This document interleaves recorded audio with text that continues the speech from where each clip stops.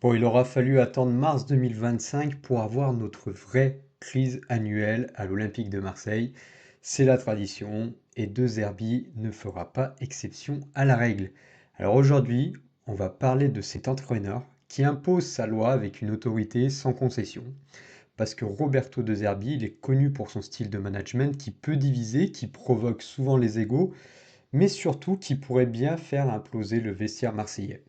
Et dans le football, on sait tous à quel point la gestion d'un vestiaire est un exercice délicat. Quand les résultats suivent pas, les tensions montent, les égos s'entrechoquent et l'entraîneur devient donc le premier fusible. Ça, c'est une évidence. D'ailleurs, à l'OM, on est connu pour l'instabilité du club avec pas moins de 5 entraîneurs sur les 3 dernières années. Et cette instabilité, elle fait vraiment partie du folklore marseillais, avec la passion des supporters évidemment, avec la pression quotidienne et avec les joueurs qui sont souvent au cœur des turbulences.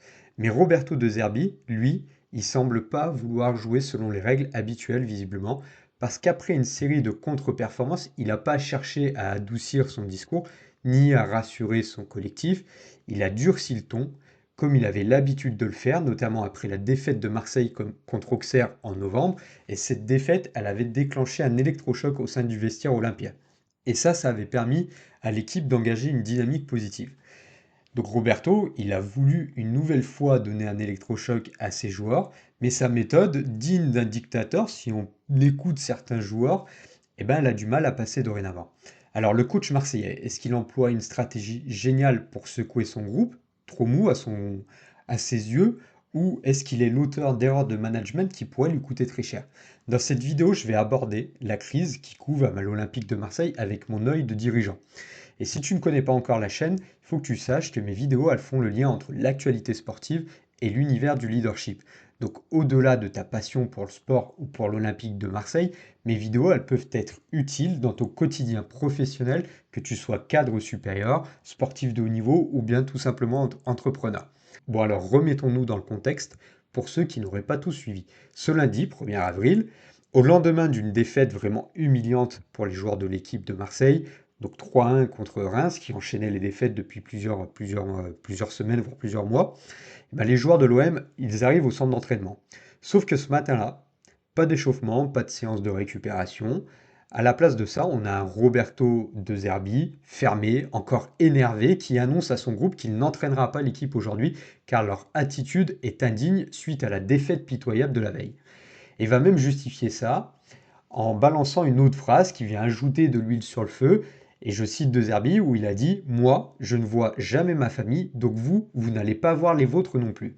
Le problème avec ce genre de discours, pour commencer cette analyse, c'est que De Zerbi pense que ses choix personnels doivent être modélisés par ses propres joueurs. Et cette déclaration sur la famille montre qu'il a un certain manque d'empathie, notamment pour les joueurs qui sont étrangers et donc qui sont éloignés eux aussi de leur famille, mais qu'en plus, il souhaite imposer sa propre situation comme étant une norme pour les autres. C'est une attitude assez classique des figures autoritaires qui vont souvent avoir tendance à projeter leurs propres sacrifices et leurs propres exigences sur leurs subordonnés sans tenir compte de leurs besoins ou de leur bien-être. De Zerbi a donc engagé un véritable bras de fer avec son vestiaire. Seulement, la réaction des joueurs, elle s'est pas fait attendre puisqu'ils ont refusé de s'entraîner en contrepartie. Et ça, c'est un acte de désobéissance collective qu'on peut rarement se permettre dans le monde réel, dans le monde professionnel réel, et au final qu'on voit, qu'on observe pratiquement que dans le monde du football, et plus particulièrement dans le monde du football français. Alors face à cette réaction des joueurs, on a Mehdi Benassia, le directeur du football de l'OM, qui a débarqué pour calmer les tensions. Et il est venu quand même remettre une petite couche en disant aux joueurs qu'ils auraient dû gagner contre Reims, même sans la présence d'un entraîneur. Et en faisant ça, Mehdi, il montre qu'il est sur un terrain de neutralité. C'est intéressant d'observer sa posture. Il prend donc parti ni pour le coach, ni pour les joueurs. Et c'est une manœuvre assez habile de sa part, je trouve, et je tenais à la souligner. Et ce qui est intéressant dans l'échange entre Benassia et les joueurs, c'est quand ils vont lui demander s'il a connu des coachs avec une attitude similaire dans les clubs comme le Bayern, comme la Juventus ou la Roma. Et si on lit entre les lignes, cette question adressée par les joueurs à Mehdi Benassia, elle est extrêmement puissante parce qu'elle illustre plusieurs choses. D'abord, la légitimité dont dispose Mehdi Benassia au sein du club marseillais, c'est une légitimité qu'il a su construire grâce à sa riche expérience de joueur.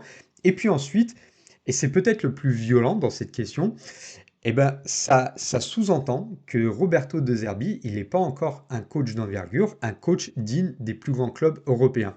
Et on voit donc là que le management intransigeant et potentiellement humiliant de Roberto De Zerbi, eh ben, ce management-là qu'il emploie, il arrive peut-être à ses limites au sein du vestiaire marseillais, quoi qu'il en dise en conférence de presse récemment. On sait tous que l'entraîneur italien, il est réputé comme étant autoritaire et strict dans ses méthodes, et dans un environnement comme celui du football, c'est pas quelque chose de choquant. Par contre, ce qu'on découvre, c'est qu'il vient ajouter à cette posture une dimension qui peut être blessante vis-à-vis de ses joueurs. Il suffit notamment de voir les punchlines qu'il a balancées, et ça a fuité dans l'équipe cette semaine, à des joueurs comme Lirola, et je cite De Zerbi, personne ne voulait de toi dans ce club l'été dernier, j'étais le seul à croire en toi, et tu me remercies en défendant comme ça. Quand on entend ce type de discours, on est limite dans l'intimidation et on est certainement dans la dévalorisation. Souvent, le fait de vouloir semer le doute dans la tête d'un joueur ou d'une personne, hein, d'un collègue, et donc de semer le doute sur la valeur des autres, ça peut être une arme assez puissante pour faire réagir, mais en l'occurrence, lorsque c'est exprimé de façon publique et humiliante, on est sur une dérive totalitaire et non pas seulement autoritaire, et on est vraiment sur une démonstration de pouvoir, une démonstration de force unilatérale. La relation assez tendue que De Zerbi peut avoir aussi avec Greenwood, c'est une autre illustration de son style de management. Parce que Greenwood, c'est actuellement le meilleur buteur de l'équipe et c'est aussi l'un des meilleurs joueurs de l'Olympique de Marseille cette saison. Mais pour autant, Roberto De Zerbi va le critiquer régulièrement et même le reléguer sur le banc. Et là aussi, on peut se dire qu'il ne s'attaque pas par hasard aux joueurs anglais. Il vient appliquer une vieille tactique qui vise à isoler le leader pour mieux contrôler l'ensemble du groupe. Et en mettant Greenwood sur la touche pendant plusieurs matchs, il envoie un message très clair à l'ensemble de son collectif. C'est même si le meilleur buteur il est intouchable, alors personne ne l'est. Et de mémoire, il me semble que Roberto De Zerbi avait employé la même méthode à Sassuolo quand il était coach en Italie avec Domenico Berardi. Et visiblement, cette méthode, elle n'avait pas trop mal fonctionné de mémoire parce que Berardi, il avait été écarté, puis il était revenu en mode animal, quoi. Il avait enchaîné des gros matchs. Mais le problème, c'est qu'aujourd'hui, De Zerbi ne peut pas se permettre de se passer de l'un de ses meilleurs joueurs, surtout pour des raisons d'attitude comme la nonchalance qu'il reproche à Greenwood sur les séances d'entraînement, mais aussi en dehors du terrain. Il ne peut pas se le permettre parce que les résultats de l'OM font qu'il n'est pas en position de force pour prendre ce genre de risque. Et pire, on peut imaginer que ces méthodes et ces attaques envers différents joueurs du vestiaire, ça a mené à créer un climat de terreur. Et ce climat de terreur, il a failli déboucher sur cette fameuse mutinerie de ce début de semaine. Et on peut donc se demander si le message a vraiment été entendu par De Zerbi, notamment quand on écoute la conférence de presse qu'il a donnée récemment. Parce qu'il semble pas forcément prêt à se remettre en question malgré la résistance de ses joueurs. Si aujourd'hui De Zerbi ne comprend pas cette résistance, c'est qu'il manque de sensibilité aux dynamiques de son groupe. Et ça, c'est important pour un leader, de comprendre ces dynamiques. Parce que si le leader, et donc De Zerbi en l'occurrence, aliène une partie importante de ses troupes, même s'il croit en ses propres méthodes, alors il risque de perdre son pouvoir et son influence. Et j'ai un peu l'impression d'observer un coach qui est dans le déni et qui est convaincu que ses succès passés peuvent être facilement dupliqués, notamment par ses méthodes. Et quand il était entraîneur de Brighton, ces tactiques, souvent audacieuses, surprenaient, mais aujourd'hui, à Marseille, elles apparaissent comme déconnectées des réalités du vestiaire et du championnat. Alors on peut poser l'éternel débat, est-ce que c'est un problème qui vient des joueurs de Ligue 1, de la Ligue 1, ou est-ce que c'est un problème qui vient du coach? Alors ça, c'est un débat qui est vraiment difficile à trancher. C'est pas moi qui vais le trancher. Je vous invite d'ailleurs à laisser votre avis en commentaire, me dire est-ce que selon vous, c'est que les joueurs de Ligue 1, ils sont trop nuls pour comprendre les exigences d'un coach étranger qui a pu réussir dans d'autres championnats. Mais en tous les cas, dans cette vidéo, j'ai voulu parler du coach De Zerbi et du cercle vicieux dans lequel il semble s'engager. Et plus il s'entête, plus il durcit le ton et plus les résultats vont plonger. Et là, il est dans un mécanisme qui pourrait le mener droit au mur, si vous me permettez le jeu de mots par rapport au dicton marseillais.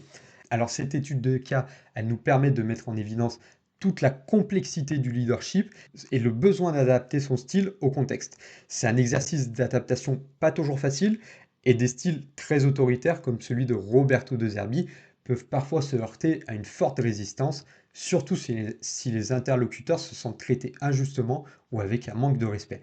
Alors j'espère que cette vidéo t'a plu et je t'invite à t'abonner et à partager cette vidéo si tu penses que ça pourrait intéresser certains des membres de ton entourage. Voilà.